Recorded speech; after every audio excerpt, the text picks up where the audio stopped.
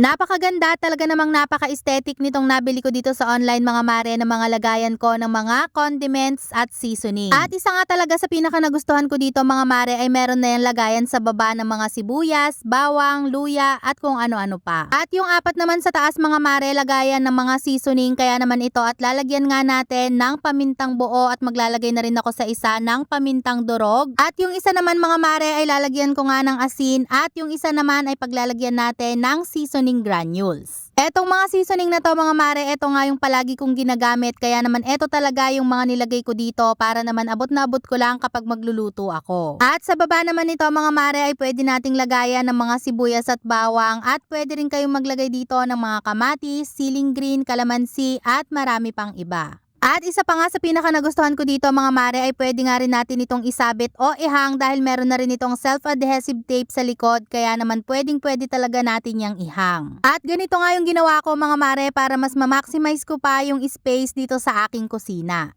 O diba mga mare, talaga namang organize na organize yung ating kusina lalo na kapag meron tayong ganito at ihahang mo lang yan mga mare at paniguradong mas magiging organize yung kusina mo. At kung ayaw mo naman na nakahang mare ay okay lang din naman na nasa lapag lang katulad nito.